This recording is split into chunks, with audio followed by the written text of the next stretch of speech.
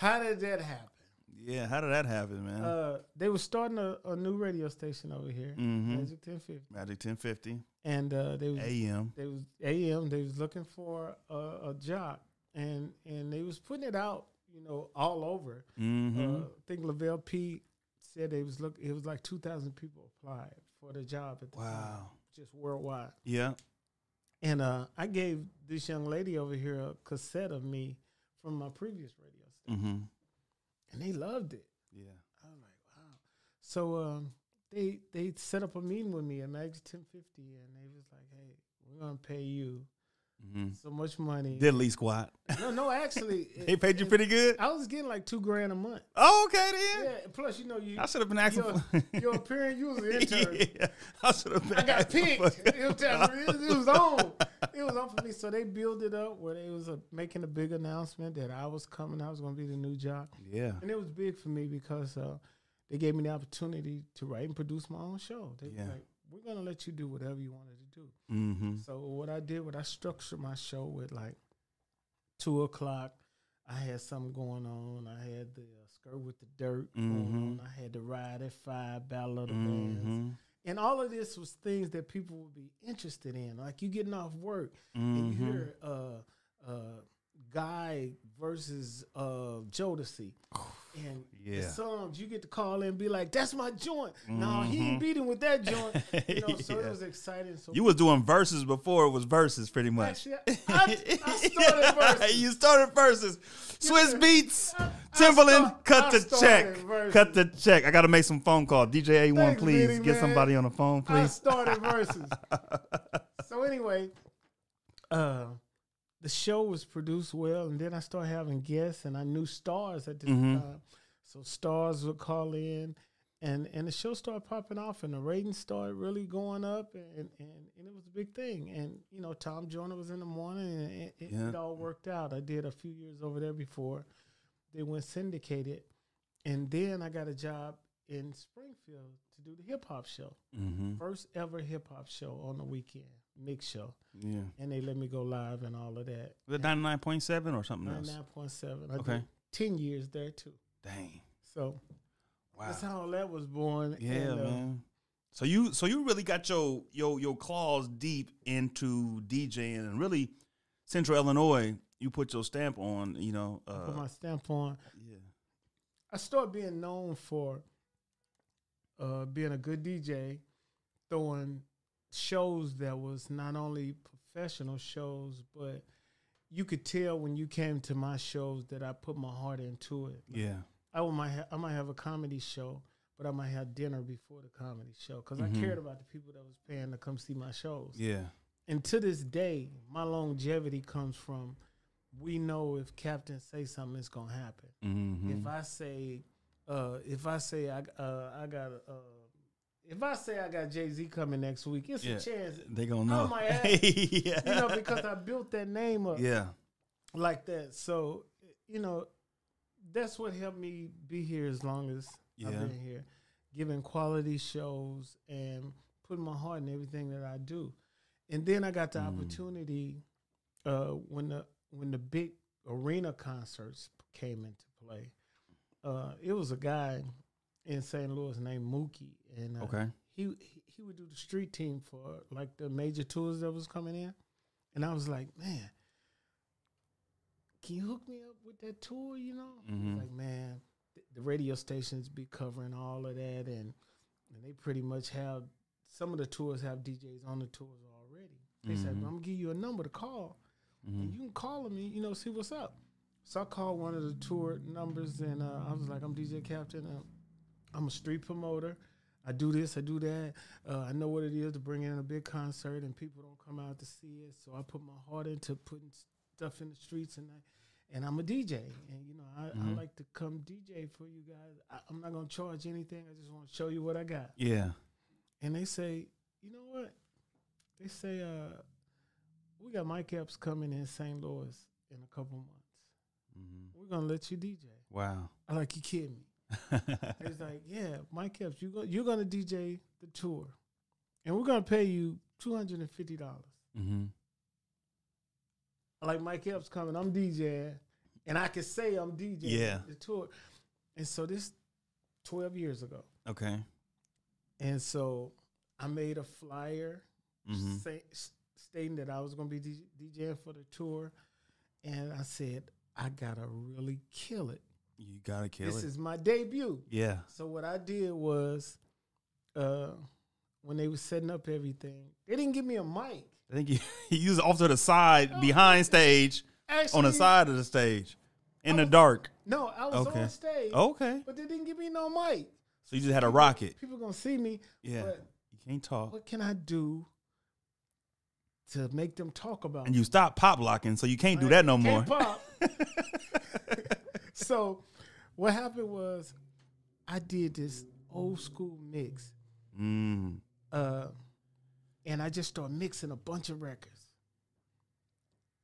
And people start talking about the DJ killed it. So they thought at the comedy show. Yeah. They thought I was part of the tour, which I only was DJing that one date. Tour. So word got back to the tour people.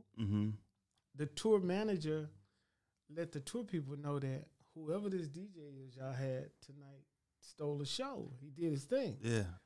And then I had booked Mike back in the days. Yeah. So when I seen Mike, it's like, Mike. It's me. You know, so I didn't even use him. Yeah. Because at that point, I was booking concerts and everything. I was booking him when he was $300. And I knew Mike when he was on drugs and everything. Right. So they say, you know what? We're going to put you on some more tours. You did your thing. And so 12 years ago, I've been DJing tours. From Mike Epps to the biggest comedy tour, some more the biggest comedy tour.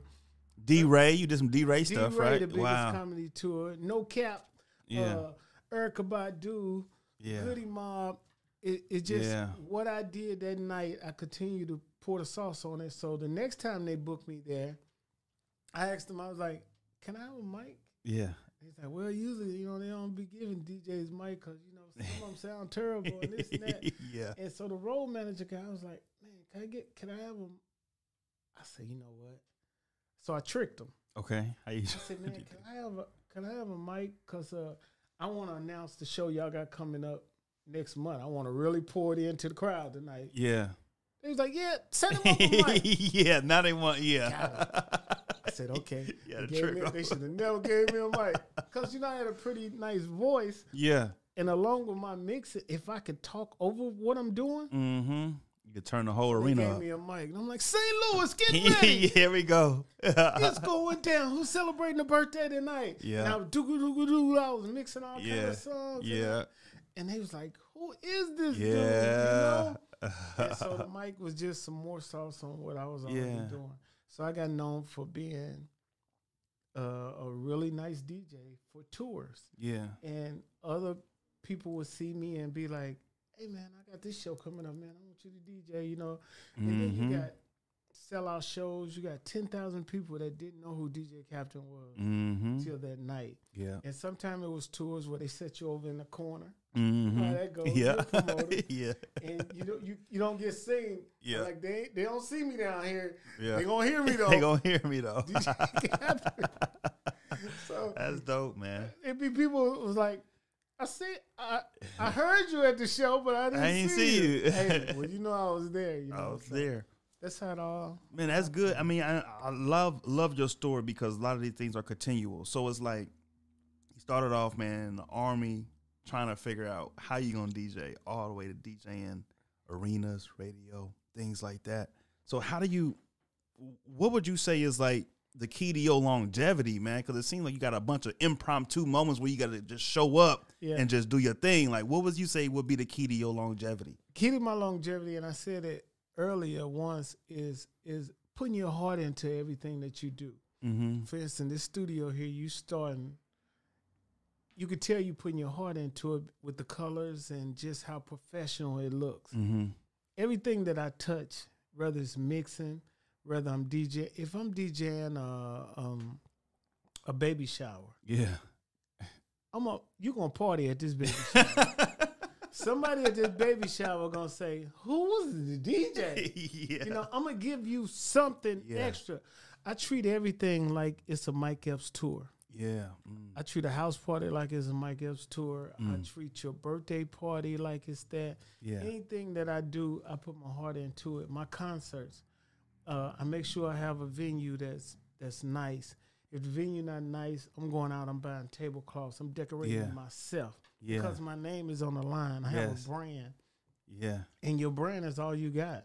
I was thinking about one of the things, you know, whenever I got started, you know, I was interning with you and all.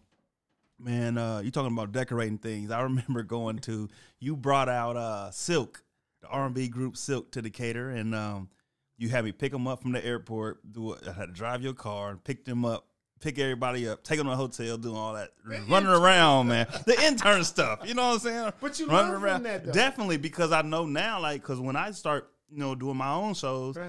I know, you know, you got to have a driver, you got to have a runner, you got to have this, we got to make sure we got food, we got to make sure we have that. Yeah, you learn. And, you know what I'm saying? I learned a whole lot from you, man. So like I said, that's why I really wanted to bring you on today. But like you say, if the venue is not conducive to what you want to do, you as a promoter, you as a professional in the show business, man, you got to improvise, you know? So you got to decorate. You got to figure out how to make something plain look like something, right? So it seemed like your story is kind of like making a way out of no way almost. Let me tell you something I did. Yeah. I never told this story on the radio. Yeah. And I might get in trouble for telling this story. Okay. But I booked Alexander O'Neal. Okay. He was cold. And yeah, he was cold. And his wife called me and she said, "Hey, Alexander just came from London. Mm-hmm. So is it any cleaner?" Was he high back then whenever you booked him, or you don't remember? I had that moment. I had one of those moments with him. I had one of those moments with him. But this particular time, he was lit. He was having a hip replacement. Oh, okay. And she said, "Can you put his clothes in the cleaner because he's coming from overseas. Everything is dirty." Mm-hmm. I'm like, "What time are you going to get here?" She was like, "He should be there around 4. I say, "Well, the event started at 6. Mm-hmm. And I'm not going to be able to put no clothes in the cleaner." And I took this man clothes from his hotel. I said, "Give me your suit, shirt, everything." I took it to my house. Yeah. I washed it. Wow. I ironed his shirt. Wow. I'm a good ironer. Yourself, okay. I steamed his Double suit. starched it. I steamed his suit. Wow. Because I booked him, and what he do gonna reflect on me. Mm-hmm. And how he look and everything. How he look and everything. So you ain't going out here. I mean, it was food, like he had ate. It was food all over. It was Alexander O'Neal when he was popping, so I just imagine what he used to look like. So I washed it, ironed his clothes, and had him presentable for that show that night. And that's what I mean by your brand, you know, reflects on you. So my longevity and it's DJs now because I've been DJing since the 80s. Yeah. I'm still getting calls for gigs, clubs, and all of that. And it's because of who I am and what I do and how much heart I put into everything that I do. Mm-hmm. I still can go rock a hood party. I still can go rock a old school party and carrying myself well to where you still look pretty decent too, you know. Yeah. And then I started getting into designing clothes like these jackets, and I designed. Yeah, okay, that's pretty dope. You know, and Stars was like asking me who did the jacket. I need to know who did that. Yeah. I'm like, I did. He was like, "You designed that?" I was like, "Yeah." and so I designed like 7 or 8 different jean outfits and everything. I just DJ'd a sold out Fantasia Joe concert. Okay. I just did I just did a concert Saturday with some more. Okay. My 12th year. 12th year with some more. Yeah. Wow. 12th year with some more, and you know now it's at the point where they go up and they shout me out and everything. You know? So it's been nothing but love, man. Yeah, that's good, man. And that was back in St. Louis, right? Yeah. So how was it like going back home after, you know? Going back home, it's always good going back home. You know, everybody want free tickets, but they kind of know now. Right, Cap ain't on that. Yeah. He been in it too long. He ain't on that. Yeah. So, you know, just people from high school, coming up. Good to see you. Yeah. It's like, I went to high school with you. Yeah, like, oh, okay. You'd be like, dang, I used to like you too. So yeah, it's you hear all thing. that. And then, another thing is like my son is a promoter now, Whitball Entertainment. And, okay. When he's throwing parties and different things, sometimes I try to give him all the game that I got. Yeah. And what I say to him is it's pretty sad when I've been doing this for so long and younger promoters are not showing me nothing new. Mm-hmm. That's not good. No. With the internet and everything out here now, you get to see and steal so many different things. Yeah. So I came up with this thing a couple years ago. And I kind of got the idea from the pandemic, okay. when you couldn't be around people, you need to be outside. So I got an enormous deck backyard. So I was like, you know what? I want to throw a backyard comedy show. And it was just an idea. And so what I did was I cater. Yeah. So I did the food and everything. And I booked some comedians. And I had a backyard comedy show. And I sold 200 seats. In your backyard. And taking it back to the beginning, the basics, man. That's dope. That's dope. dope. I took back where it all started from. And the people backyard. loved it. Yeah. And I told people to bring lawn chairs. Okay. Bring lawn chairs. If you didn't want to bring a lawn chair, I had VIP seating with couches and all of that. You could pay $200 for VIP seating. Catered. Did the food and everything, and I created this. I got this peach lemonade that I'm known for. And okay, it labeled it up and everything. You're a businessman to the heart. And it had real peach. You never seen peach tea with real peaches. Oh wow! And I gourmet peach tea. I sold them for like $5. It was amazing. Wow!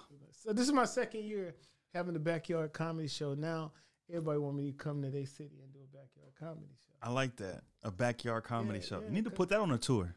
Yeah, pretty much. Get your son together, promote that, you know what I'm saying, and I'll help y'all with that joint. I'm actually going to take it to the Quad Cities this summer. Oh, they'll love it. So it's but you need a bigger venue in the Quad. You got to have a big backyard because you kind of started in the Quad Cities, so everybody going to show up, man. People be sending me videos. Like, it's a guy got a birthday coming up. He sent me a video of his backyard, and he want to do it. It's got to be done right, though. Got to be done right. You got to be done right, man. I mean, you had all these. What would you say would probably be the lesson or the how do you? Because you talked about all these successes, but did you go through anything where you had to learn something? Yeah. Did you fail? Yeah. Anything that you do, man? Definitely. And like I tell my son, a lot of the concerts, I didn't win every concert. Yeah. Like, how was it when you lost, like when you put up all your money and you got investors or however you got the money and then you lose on a show? Like, well, it's been times I've lost, but I tell you one I did with another promoter. And what I tell promoters is, because most promoters that want to do a concert with you, they want to come in and they want to get rich that first night. The first night, they want to pay. It don't always work like that, So I did a concert. I put together a concert for a guy, and it was a $30,000 concert, and I think they made $6,000 back. 6,000. 6,000. They lost 24,000 in one night. Yeah, I have had concerts where I didn't know how I was going to get back on the highway and get home. That's how broke I was. Yeah, after paying everybody and just losing. Yeah, it's like I only have gas money to get back. It's been that bad. So how did you deal with all that, man? But I started learning. I learned to accept that if I put my heart and I believe in something that I think is going to work, then I gotta settle for the consequences afterwards. So it's a gambling thing, kind of. Yeah. But when you got houses and you got to pay mortgage and all that, you can't gamble like you used to. You can't gamble like that, So you got to pick and choose what you do wisely. Like for instance, I'm going to give you a story. I did, me and Johnny Rice, another promoter out of Springfield, we did Bobby V in the Cities. perfect. I had Bobby V, dude from the Rude Boys. Okay. And we had a comedy. We call it Jokes and Notes. Okay. And the show was put together well. Nothing can go wrong with this show. But I always say anything can happen. Anything. Show went on sale, and during the COVID situation, a lot of stuff was canceled. So Boys II Men was doing a makeup concert. Okay. The same night as my show. Dang. They just say, hey, we're going to do that date over there. And it was the same date as our date. Yeah. And we took a L because of that. But that's how things happen. Yeah. It could be weather. It could be weather. Anything can happen on your show, and you gotta be prepared to, like. I don't count my money until it's over. Mm-hmm. Like, I don't do a show and say, yeah, after this show, I'm finna get that new truck. Yeah. You can't do that. No, I do the show, and whatever happens after that concert, I live with it, and I live with it that night. And I don't even want to talk about it no more. Yeah. After that, that's how I structure myself, because I can't be getting high blood pressure and stressing out on all these different things that I'm doing. You do too. Yeah, already. Yeah. Yeah. So I just that's how I do it. That's how I navigate it. You know, I go in and if I believe it can happen, I'm going with it. Yeah. If it don't, you know, I try. What would you say would be the what's your definition of success, man? You know what? I used to set goals. Okay. I used to be like, yeah, I want to work on radio. Did it. I want my own bottled water. Did it. I want to be on the tours. Did it. Mm-hmm. I wanted a job working for the state. Yeah. Did it. Did it. You know, put in 3 years, kept getting turned down, and finally it happened. So when it comes to success for me, is some of the goals that I want to do. I want to finish my book, get my book out. Okay. And I always wanted to go on a major tour. Okay. To where I'm on tour with the stars every night. Yeah. Going around the world. Yeah. Finally got that opportunity. Wow. But then I couldn't do it because of my new job. Yeah. So God like, hey, you wanted that. Yeah. So now you're going to get that up to go do this that might last for this long? Yeah. So I couldn't do the major tours, so I can do every tours here and there. Mm-hmm. But I got the job that I want, and, you know, when I retire out in a few years, then I can pursue that.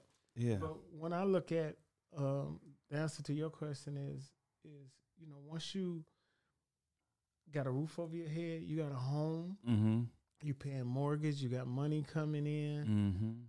Of course, it's gonna always be. I'm doing everything that I wanted to do in life. Okay. I'm just doing it on a bigger level. Yeah.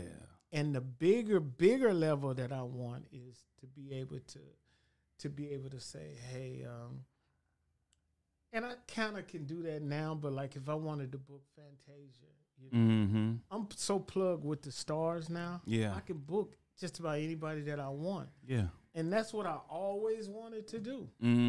Be able to book anybody that I want. Yeah.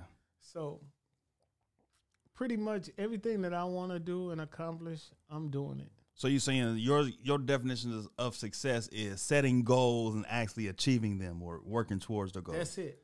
Yeah. Set that goal. You want this book? Now let's see, can you get it done? Yeah.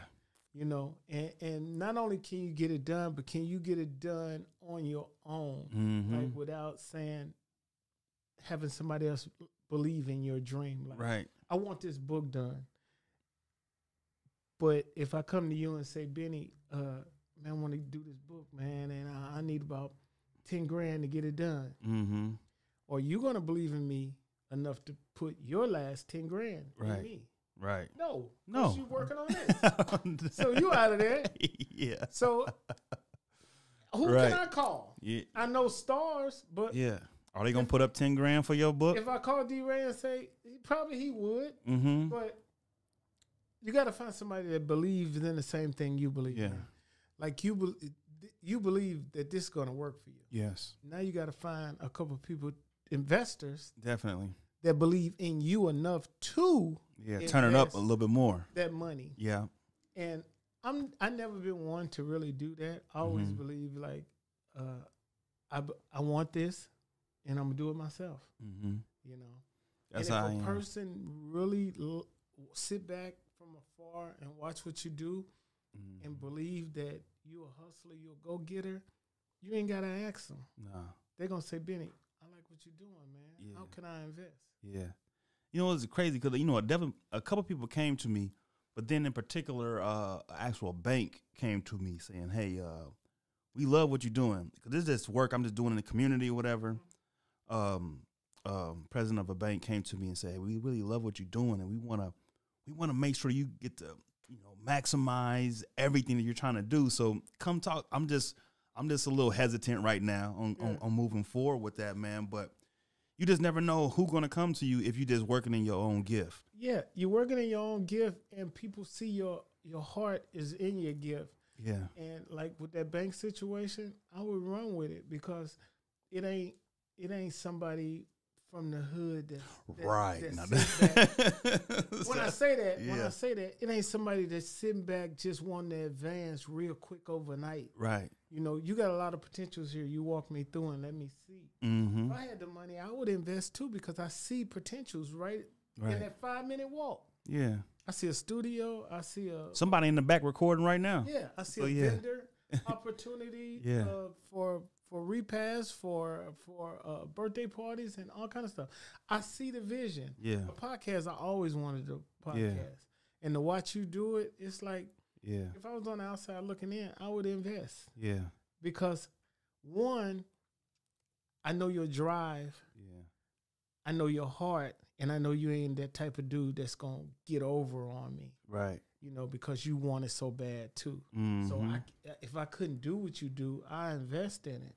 Right. And a lot of times, there's probably people out there looking at me and saying, this dude been doing this so long. He got to be doing something right to be doing this long. And they come to me, but I don't deal with everybody. You can't deal with everybody. Because all money ain't good money, and you looking for me to make you rich overnight. So talk about that. I want to go back.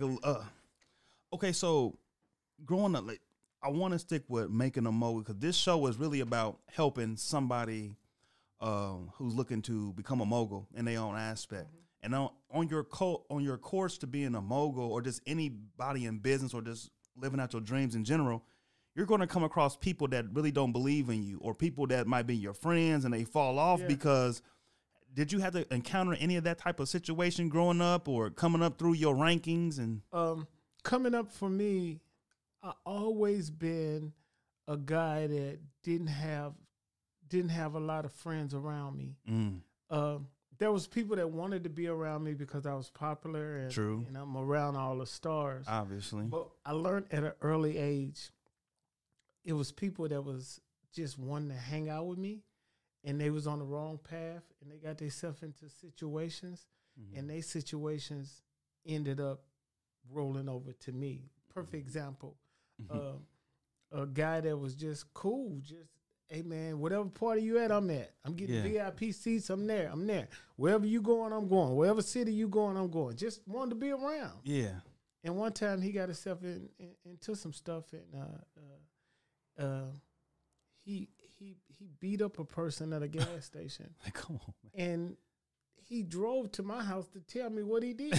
Like, why are you coming to my house first? So when he got there, huffing and puffing, I'm like, yeah, what's up? What's going on? And he was telling me what he had did, and I was like, well, why did you come to my house? Like, I'm not going. He was like, no, man, I just had to tell you before I go home. I couldn't believe, man, this, that, and the other. Like, all right, okay. He left. I went on about my day. And that night, I'm laying up in the bed on the phone, kicking it, talking to a chick. Yeah, what's up? Pow, pow, pow, pow, pow. It's bullets ringing through my house. Your house. Ringing through the house. I roll up on the bed, call 911, come to find out somebody shot up my crib, 40 rounds. So they seen him go over there. They see him, this where he live. They figured this where he live. Oh so just, I learned back then at an early age, you can't associate yourself with everybody. Especially whenever you're doing something positive and on your way to like stardom or wherever the case, you can't just be associating with everybody. Yeah. And even people in my group, there's certain ways I would talk about this. How you got to carry yourself, because what you do reflects on us as a group. Or I never wanted to do anything to blemish my name. Mm-hmm. And I had an alderman in a town in the Quad Cities. Went to the papers and made me out to be a bad guy because wherever I go, it's packed. Yeah. How am I bad for people liking me? Yeah. So he went to a club that I was packing every weekend. He was like, oh, there's so many people and loud music and people are using the bathroom against the poles. And what do I got to do with any of that? Right. I'm just a talent. I'm here just playing my talent. So I would get the raw deal sometimes for being too popular. Yeah. But all of those was learning lessons. When I do a concert, I try to do it with somebody, if I'm going to do it with you, that they're seeing it just like I'm seeing it. Mm-hmm. Want the same things that I want. Mm-hmm. Want it laid out just like I want it. Yeah. You gotta want the same things, or it can mess up. One night can blemish your whole situation. I've been at concerts where I was supposed to be a part of it. Yeah. And I can pull up and I just say, I ain't doing that. Yeah. Because I've been doing it for so long, I just know when you just know. Right. You got that feeling, that sixth sense. Right. You just know.